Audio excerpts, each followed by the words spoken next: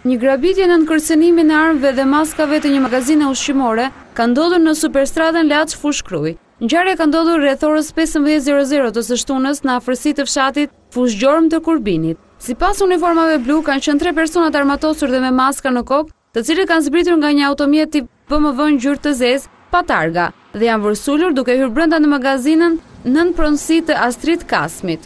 Nën kërcënimin e armëve ata u kanë kërkuar punonjësve që t'u japin parat. Të terrorizuar dhe pas një zgjidhje tjetër, punonjësit nuk kanë bërë rezistencë nga frika, duke i lënë agresorët që të veprojnë lirisht brenda magazinës. Policia e Kurbinit, e cila ka mbërritur menjëherë në vendin e ngjarjes, ka bërë të ditur se nga verifikimet e kryera në magazinën ushqimore janë marrë një shumë prej 50 milion lekësh. Pas grabitjes, 3 personat janë larguar me shpejtësi duke u shpëtuar prangave të policisë. Ndonse policia menjëherë ngriti postobllogje si në Superstradë, ashtu dhe në rrugët e fshatrave përreth, nuk mundi që të identifikojë dhe arrestojë autorët e kësaj ngjarje. Nga ana tjetër, grupi hetimor i cili është ngritur nga policia e Kurbinit po merr në pyetje dhe punonjësit e magazinës të cilët ranë prej grabitjes për të bërë të mundur identifikimin e autorëve të kësaj ngjarje.